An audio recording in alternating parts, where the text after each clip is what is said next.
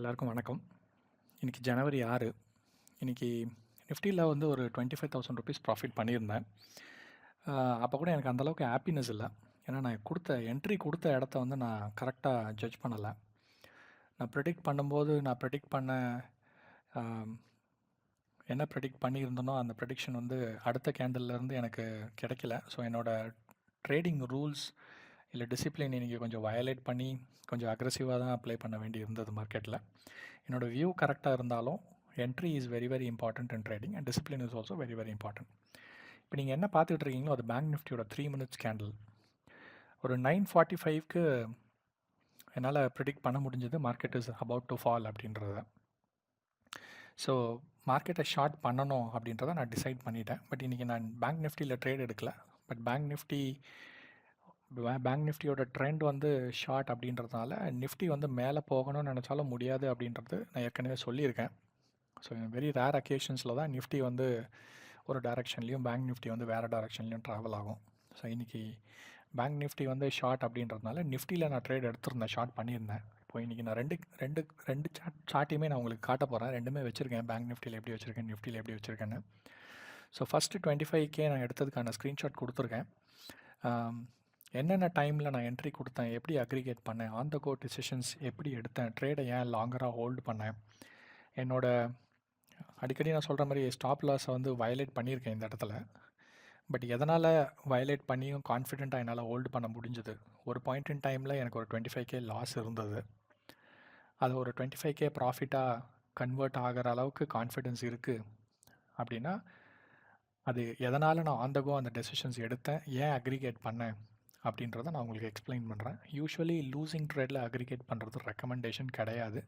இந்த இடத்துல நான் ஸ்டாப் லாஸ் கண்டிப்பாக எடுத்துருக்கணும். பட் இருந்தாலும் நான் சொன்ன மாதிரி என்னோடய வியூவை நான் வயலேட் பண்ணி இந்த இடத்துல நான் ஒரு ரிஸ்க் எடுத்திருந்தேன். அந்த ரிஸ்க் எனக்கு நல்லபடியாக பெனிஃபிட் கொடுத்துருந்தது. இதையே நான் என்ட்ரி கரெக்டான இடத்துல கொடுத்துருந்தேன் அப்படின்னா ஒரு 50K ப்ராஃபிட்டில் இருந்திருப்பேன். பட் என்ட்ரி தப்பாக கொடுத்ததுனால என்னோட ஒரு -25Kல இருந்து நான் +25Kல முடிச்சிருக்கேன். ஸோ இதை நீங்கள் 25K ப்ராஃபிட்டாக பார்க்குறத விட இதில் என்ன லேர்னிங் இருந்தது, நெக்ஸ்ட்டு டைம் இந்த மாதிரி சுச்சுவேஷன்ஸ் நடந்தால் ஹோல்டு பண்ணலாமா, ஹோல்டு பண்ணக்கூடாதா அப்படின்ற ஒரு டெசிஷன் நீங்கள் எடுக்கிறீங்க இல்லையா, அதை பற்றி தான் நான் இதில் பேச போகிறேன். ஸோ இன்றைக்கி ப்ராஃபிட் எடுத்திருந்தாலும் அந்தளவுக்கு எனக்கு ஹாப்பினஸ் இல்லை. ஏன்னா என்னோடய என்ட்ரி வந்து நான் கரெக்டாக கொடுக்கல. என்னோடய அனாலிசிஸில் ப்ரெடிக்ஷன்ஸ் கரெக்டாக இருந்தாலும் என்ட்ரின்றது வெரி வெரி இம்பார்ட்டன்ட் திங் இல்லைங்களா. ஸோ சரி, இப்போ மார்க்கெட்டுக்கு வருவோம். So first thing, market open ஆனோடனே நான் என்ன அப்சர்வ் பண்ணேன் அப்படின்னு கேட்டிங்கன்னா, பேங்க் நிஃப்டி சிபிஆருக்கு கீழே ஓப்பன் ஆயிருந்தது. ஸோ ஸ்க்ரீனில் பார்த்தீங்கன்னா உங்களுக்கு நல்லாவே தெரியும், சிபிஆருக்கு கீழே ஓப்பன் ஆயிருந்தது. நிஃப்டியை போய்ட்டு செக் பண்ணுங்கள். அதே டைமில் நிஃப்டி வந்து எக்ஸாக்டாக சிபிஆரோட சென்டரில் ஓப்பன் ஆயிருந்திருக்கு.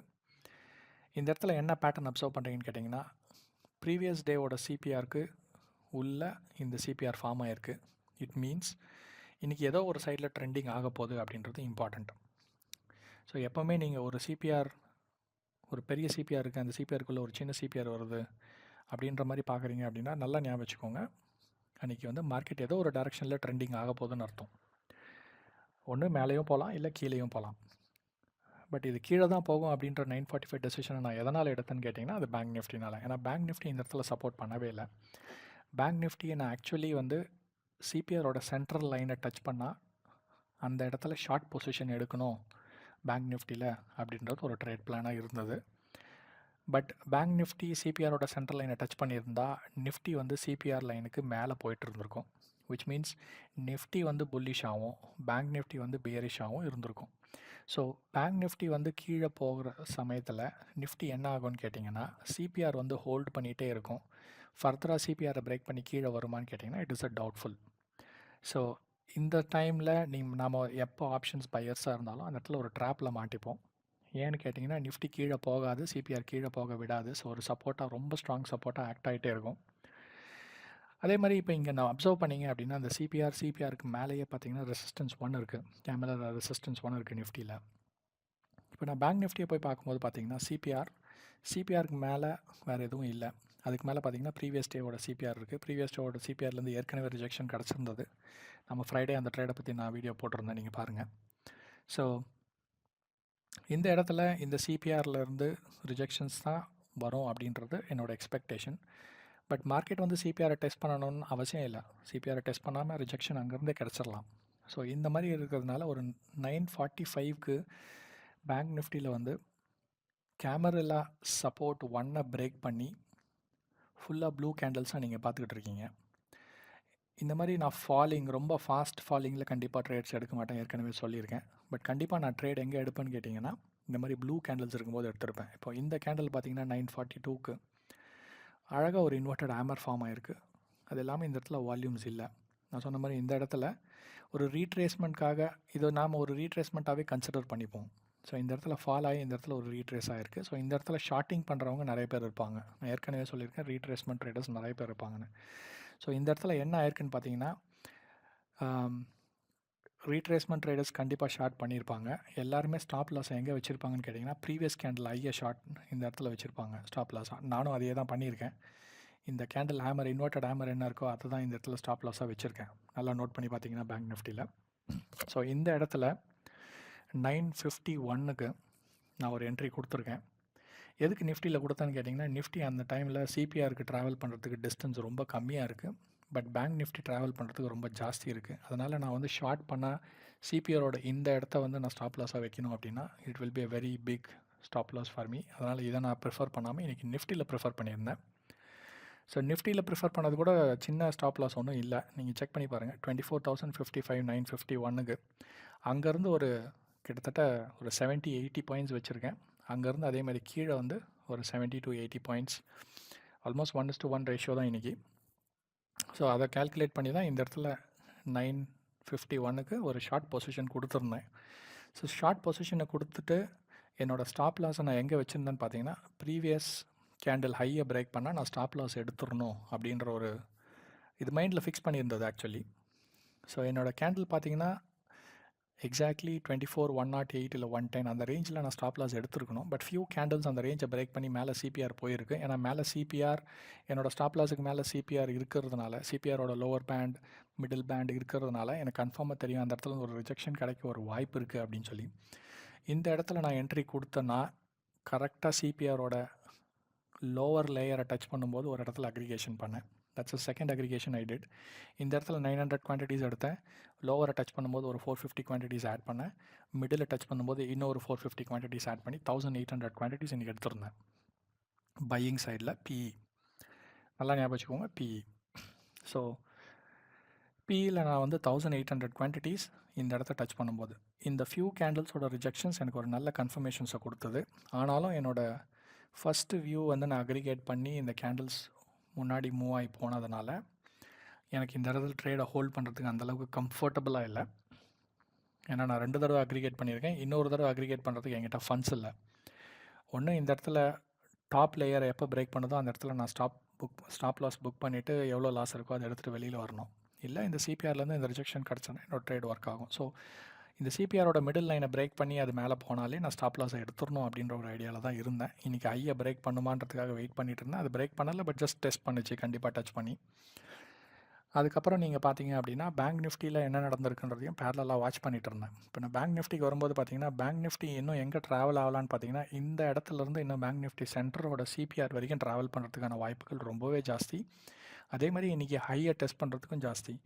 பட் பேங்க் நிஃப்டி இன்றைக்கி ஐயோ இல்லை சிபிஆரோட மிடில் லைனையோ டெஸ்ட் பண்ணணும் அப்படின்னு டிசைட் பண்ணி மேலே மூவ் ஆகிருந்தா இன்றைக்கி நிஃப்டி கண்டிப்பாக என்ன இருக்குன்னு கேட்டிங்கன்னா, இந்த சிபிஆர் லைனை பிரேக் பண்ணி மேலே இருக்க ரெசிஸ்டன்ஸ் லெவலில் வந்து டச் பண்ணிவிட்டு அதுக்கு மேலே ட்ராவல் பண்ணுறதுக்கான வாய்ப்பு ரொம்பவே ஜாஸ்தி இருந்தது இன்றைக்கி. ஸோ அதனால் அந்த இடத்துல எனக்கு கான்ஃபிடெண்ட்டாக இல்லை. இருந்தாலும் ஒரு 2 கேண்டிலுக்காக வெயிட் பண்ணுவோம், ஹையை பிரேக் பண்ணட்டும், அதுக்கப்புறம் டிசைட் பண்ணலாம் அப்படின்னு சொல்லி வெயிட் பண்ணிகிட்டு இருந்தேன். ஸோ எக்ஸாக்டாக உங்களுக்கு சொல்லணும் அப்படின்னா ஆப்ஷன்ஸ் ப்ரைஸிங் என்ன இருந்ததுன்னு கேட்டிங்கன்னா, ஒரு 198க்கு நான் என்ட்ரி கொடுத்தேன்னா இந்த தடவை 2 டைம்ஸ் அக்ரிகேட் பண்ணி அது ஒரு 185க்கு தான் என்னால் கொண்டு வர முடிஞ்சது. 198லேருந்து 185க்கு கொண்டு வந்தேன். ஒரு 10லேருந்து 15 பாயிண்ட் நான் கம்மி பண்ணேன்னு வச்சுக்கோங்க. ஒரு 12 பாயிண்ட்ஸ் கம்மி பண்ணியிருக்கேன். 12 to 13 பாயிண்ட்ஸ் கம்மி பண்ணியிருக்கேன் அக்ரிகேட் பண்ணதுனால. பட் லாஸ் எடுக்கணும்னு நீங்கள் பார்த்துருந்தீங்கன்னா, இப்போ நான் அக்ரிகேட் பண்ணதுனால நான் 185லேருந்து நான் 173 வரைக்குமே நான் பார்த்தேன். 173, 74 வரைக்குமே நான் அந்த ப்ரைஸிங்கை பார்த்தேன். விச் மீன்ஸ் எனக்கு ஒரு 20 பாயிண்ட்ஸ் டவுன் சைட் கண்டிப்பாக அது மூவ் ஆகிருந்தது. ஸோ 20 பாயிண்ட்ஸ் மேலே நான் அதை ஹோல்ட் பண்ணியிருந்தால் கண்டிப்பாக லாஸாக தான் இருந்திருக்கும். பட் இருந்தாலும் இந்த இடத்துல ஹோல்ட் பண்ணதுக்கு இந்த ஒரே ஒரு கேண்டில் மட்டும்தான் காரணம். நிஃப்டியில் பார்த்தீங்கன்னா இந்த ஒரு கேண்டில் இருக்குது பாருங்கள், 10-15. இந்த 10-15ஓட கேண்டில் இங்கே ரிஜெக்ஷன் கிடச்சதுனால நான் வெயிட் பண்ணேன். நெக்ஸ்ட் கேண்டில் ப்ளூ கேண்டிலாக இருந்தது, அதனால் அதுவும் எனக்கு கான்ஃபிடென்ட்டாக ஹோல்டு பண்ண வச்சது. அதுக்கப்புறம் நான் எதிர்பார்த்த மாதிரி எனக்கு ரிஜெக்ஷன் கிடச்சிது. என்னோடய வியூ ஆக்சுவலி ஃபர்ஸ்ட் வியூவில் வந்து தப்பாக போயிட்டு நான் அக்ரிகேட் பண்ணதுனால I don't want to hold it beyond this support level 1. Camera support level 1க்கு மேலே எனக்கு ஹோல்ட் பண்ண விருப்பம் இல்லை. ஸோ அதனால் நான் என்ன பண்ணேன்னு கேட்டிங்கன்னா, ஒரு 900 குவான்டிட்டிஸை, என்னோடய ஆவரேஜ் வந்து 185 சொல்லியிருந்தேன் இல்லைங்களா, அதனால் 195 டச் பண்ணும்போது என்னோடய 900 குவான்டிட்டிஸை நான் ப்ராஃபிட் புக் பண்ணிட்டேன். விச் மீன்ஸ் ஒரு 9,000 ருபீஸ் புக் பண்ணிட்டேன். அதுக்கப்புறம் பேலன்ஸ் இருந்த 900 குவான்டிட்டிஸை இந்த சப்போர்ட் லைனில் வந்து அது கொஞ்சம் நேரம் ஸ்ட்ரகிள் ஆகிட்டு இருந்தது. அப்படியே நீங்கள் பேங்க் நிஃப்டியில் அந்த டைமில் என்ன ஆச்சுன்னு பார்த்தீங்கன்னா, பேங்க் நிஃப்டியும் இந்த இடத்துல ஸ்ட்ரகிள் ஆகிட்டு இருந்தது. நீங்கள் இங்கே கிளியராக பார்க்க முடியும், இந்த இடத்துல ஸ்ட்ரகிள் ஆகிட்டு இருக்குது பேங்க் நிஃப்டி. ஒரு 2-3 கேண்டில் பார்த்தீங்கன்னா அப் டவுன் மூவில் இருந்தது. ஸோ இந்த இடத்துல லோவை பிரேக் பண்ணாமல், இன்றைக்கி லோவை பிரேக் பண்ணாமல் அந்த இடத்துல வந்து சப்போர்ட் எடுத்து மார்க்கெட் திரும்ப மேலே போகிறதுக்கான வாய்ப்புகள் ரொம்பவுமே அதிகம். இந்த இடத்துல சிபிஆர் வந்து திரும்ப புல் பண்ணுறதுக்கான வாய்ப்புகள் அதிகம். அதனால் நான் என்ன பண்ணேன்னு கேட்டிங்கன்னா, இன்றைக்கி லோவை டச் பண்ண உடனே அந்த இடத்துல ப்ராஃபிட்ஸை, ரிமைனிங் ப்ராஃபிட்ஸ் 900 குவான்டிட்டிஸ் இருந்ததையும் ப்ராஃபிட்ஸ் புக் பண்ணிட்டேன் ஒரு 204க்கு. என்னோடய ஆவரேஜ் வந்து நல்லாவே இருந்தது, ஒரு 25K ப்ராஃபிட் எடுத்திருந்தேன். பட் எடுத்திருந்தாலும் நான் என்ட்ரி கொடுக்க வேண்டிய லெவல் எது அப்படின்னு நீங்கள் நிஃப்டியில் பார்த்தீங்கன்னா, இதுதான் நான் என்ட்ரி கொடுக்க வேண்டிய லெவல். ஆனாலும் நான் என்ட்ரி இந்த இடத்துல தப்பாக கொடுத்துருக்கேன். பை சான்ஸ் இன்றைக்கி மார்க்கெட் ரிஜெக்ஷன் கிடச்சி இன்றைக்கி கீழே வந்ததுனால எனக்கு ப்ராஃபிட். இன்றைக்கி இந்த இடத்துலேருந்து மார்க்கெட் கீழே வராமல் இதே இடத்துலையே மேலேயும் கீழேயும் வாபில் ஆகியிருந்தாலோ, இல்லை மார்க்கெட் ஜஸ்ட்டு கன்சாலிடேஷன் மாதிரி இங்கேயே நின்றுட்டு நான் என்ட்ரி கொடுத்த பாயிண்ட்டையே திரும்ப டச் பண்ணாமல், இல்லை சிபிஆரையும் பிரேக் பண்ணாமல் ஒரு ½ அன் ஹவர் மார்க்கெட் வந்து அப் அண்ட் டவுன் போயிட்டு இருந்தால் எனக்கு கண்டிப்பாக லாஸ் தான் ஆயிருக்கும். நல்லா ஞாபகம் வச்சுக்கோங்க, இந்த entry is very important. Today I was very lucky. But இந்த ட்ரேடில் எனக்கு அன்ஹாப்பினஸ் இருக்கிறதுக்கான காரணம் என்னென்னு கேட்டிங்கன்னா, என்னோடய என்ட்ரி கரெக்டாக இல்லை. That's a important thing. Okay, so முக்கியமாக பார்க்க வேண்டியது 2 விஷயம். ஸோ சிபிஆர்லேருந்து கேமரா சப்போர்ட் 1 லெவல் வரைக்கும் இன்றைக்கி ப்ராஃபிட்ஸ் புக் பண்ணியிருக்கேன். So that's a good thing. Entry மட்டும் நான் கரெக்டான இடத்துல கொடுத்துருந்தேன் அப்படின்னு கேட்டிங்கன்னா, இன்றைக்கி ப்ராஃபிட்ஸ் வந்து ஒரு 50,000 இருந்திருக்கும். நான் இந்த இடத்துல என்ட்ரி கொடுத்ததுனால எனக்கு இங்கேருந்து இவ்வளோ தூரம் மார்க்கெட் வந்து ட்ராவல் பண்ணும்போது ஒரு -25 ஆச்சு. -25லேருந்து மார்க்கெட் இங்கே கீழே ட்ராவல் பண்ணி வந்து 0 ஆகி 0லேருந்து +25 போயிடுச்சு. ஸோ என்ட்ரி என்னோட கரெக்டாக இருந்திருந்தால் இன்றைக்கி ஒரு 50 கண்டிப்பாக புக் பண்ணுறதுக்கான பாசிபிலிட்டிஸ் நிறையவே இருந்தது. Anyway no problem. But trade has given me a good benefit. So ப்ராஃபிட்ஸை நான் இந்த இடத்துல புக் பண்ணிட்டேன். இந்த இடம் வரைக்கும் நான் வெயிட் பண்ணலை. அதுக்கான ரீசன் ஏன்னு கேட்டிங்கன்னா, என்னோட மென்டாலிட்டி அந்த இடத்துல கரெக்டான டெசிஷன் கரெக்டாக எடுத்திருந்தாலும், ப்ரெடிக்ஷன்ஸ் கரெக்டாக இருந்தாலும் என்னால் கம்ஃபர்டபுளாக ட்ரேடை ஹோல்ட் பண்ண முடியல. ஏன்னு கேட்டிங்கன்னா, என்னோட first few aggregations has already shown me -25. So இதுதான் முக்கியமான விஷயம். Mindset is very very important. And if you know you are very very clear. இன்றைக்கி மட்டும் நான் ஹோல்ட் பண்ணியிருந்தால் கிட்டத்தட்ட இன்றைக்கி மார்க்கெட் ஃபால் ஆனது பார்த்தீங்கன்னா ஆல்மோஸ்ட் 350 பாயிண்ட்ஸ் ஃபால் ஆகிருக்கு. கிட்டத்தட்ட ஒரு 170-180 பாயிண்ட்ஸ்க்கு மேலேயே நான் பிடிச்சிருந்துருக்கலாம். பட் என்ட்ரி நான் கரெக்டாக கொடுத்து எனக்கு ஒரு 40-50 பாயிண்ட்ஸ் வந்திருந்தாலே எனக்கு தேவையான ப்ராஃபிட்ஸ் கண்டிப்பாக வந்திருக்கும். ஓகே, இந்த இடத்துல நான் இதை இங்கேயே ஸ்டாப் பண்ணிக்கிறேன். ப்ராஃபிட்ஸோட ஸ்க்ரீன்ஷாட்ஸ் கேட்டிருந்தீங்க ஒரு சிலர், அதுக்கான ஸ்க்ரீன்ஷாட்ஸை நான் கொடுத்துருக்கேன். இன்றைக்கி நான் பேங்க் நிஃப்டியில் ட்ரேட் ஏன் எடுக்கலை அப்படின்னு கேட்டிருந்தீங்கன்னா, நான் ஏற்கனவே எக்ஸ்பிளைன் பண்ண மாதிரி இந்த கேண்டில் ரிஜெக்ஷன் இருந்தாலும் இந்த ரிஜெக்ஷனை வந்து நான் ஒரு கீ லெவலில் இல்லாதனால என்னால் கன்சிடர் பண்ண முடியாது. நான் இன்றைக்கி ட்ரேடு நிஃப்டியில் எடுக்காமல் இருந்திருந்தாலும் இந்த கேண்டில் வந்து நான் இந்த சிபிஆர் வரைக்குமோ, இல்லை இந்த டாப்பை வரைக்குமோ, இல்லை இந்த ஹையை வந்து டெஸ்ட் பண்ணுறதுக்கான பாசிபிலிட்டிஸ் ரொம்ப ரொம்ப அதிகம். அந்த ஆப்பர்ச்சுனிட்டிக்காக நான் வெயிட் பண்ணி இருந்திருப்பேனே தவிர இதில் நான் ட்ரேட் என்ட்ரி கொடுத்துருக்க மாட்டேன். அப்படியே இன்றைக்கி பேங்க் நிஃப்டியில் நான் ட்ரேட் என்ட்ரி கொடுத்துருக்கணும் அப்படின்னா, நீங்கள் எந்த இடத்துல ட்ரேட் என்ட்ரி கொடுத்துருப்பீங்க அப்படின்னு கேட்டிங்கன்னா, முக்கியமான கீ லெவல்ஸில் எங்கே ரிஜெக்ஷன்ஸ் கிடைக்குதோ அங்கே நான் என்ட்ரி கொடுத்துருப்பேன். ஸோ இந்த இடத்துலலாம் நான் என்ட்ரி கண்டிப்பாக கொடுத்துருக்க மாட்டேன். இது ஒரு என்ட்ரி வேணும்னா கொடுத்துருக்கலாம். பட் இது ரீட்ரேஸ்மெண்ட்டாக நீங்கள் கன்சிடர் பண்ணியிருந்தால் ஒரு என்ட்ரி கொடுத்துருக்கலாம். இந்த இடத்துல நீங்கள் என்ட்ரி கொடுத்திருந்தாலும் நான் ஸ்க்ரீனில் காட்டியிருக்க மாதிரி கண்டிப்பாக என்னோட ஸ்டாப் லாஸை ஹிட் ஆயிருக்கும். ஏன்னா ஸ்டாப் லாஸ் நான் ப்ரீவியஸ் கேண்டலோட ஹையை தான் வச்சுருந்துருப்பேன். இந்த இடத்துல எனக்கு ஸ்டாப் லாஸ் ஹிட் ஆயிருக்கும். பட் ஸ்டாப் லாஸ் ஹிட் ஆனதுக்கப்புறம் மார்க்கெட் ரிவர்சல் ஆயிருக்கும். எனிவே நான் ஒன்றும் பண்ணியிருக்க முடியாது. அந்த இடத்துல நான் ப்ராஃபிட் லாஸ் புக் பண்ணிவிட்டு வெளியில் வந்திருப்பேன். ஸோ அன்றைக்கி ட்ரேட் எனக்கு முடிஞ்சிருக்கும் லாஸ்ட்லேயே. ஸோ இந்த இடத்துல நான் கண்டிப்பாக என்ட்ரி கொடுத்துருக்க மாட்டேன். ஸோ எங்கே என்ட்ரி கொடுத்துருப்பேன்னு கேட்டிங்கன்னா, இங்கே இவ்வளோ தூரம் மார்க்கெட் ட்ராவல் ஆனதுக்கப்புறம் இந்த இடத்துல ஒரு சின்ன ரீட்ரேஸ்மெண்ட் மாதிரி கிடச்சிருக்கு. இந்த கேண்டில் இருக்குது பாருங்கள், இந்த கேண்டலில் வேணால் நான் கண்டிப்பாக ஷார்ட் பண்ணியிருக்கலாம். பட் மார்க்கெட் ஆல்ரெடி இவ்வளோ ஃபால் ஆனதுனால நான் இந்த இடத்துல போய் ஷார்ட் பண்ணுவேன்னா அப்படின்னு கேட்டிங்கன்னா கண்டிப்பாக நான் ஷார்ட் பண்ணியிருக்க மாட்டேன். I would have just waited it.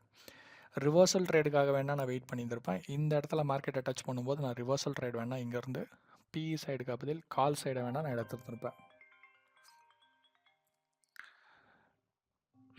Okay, இதுதான் கான்செப்ட். ஸோ இந்த இடத்துல நான் இங்கே ஸ்டாப் பண்ணிக்கிறேன். என்ன டவுட்ஸ் இருக்குது, என்ன வேணும் அப்படின்றத நீங்கள் கமெண்ட் பண்ணிங்கன்னா நான் உங்களுக்கு போஸ்ட் பண்ணி விட்றேன்.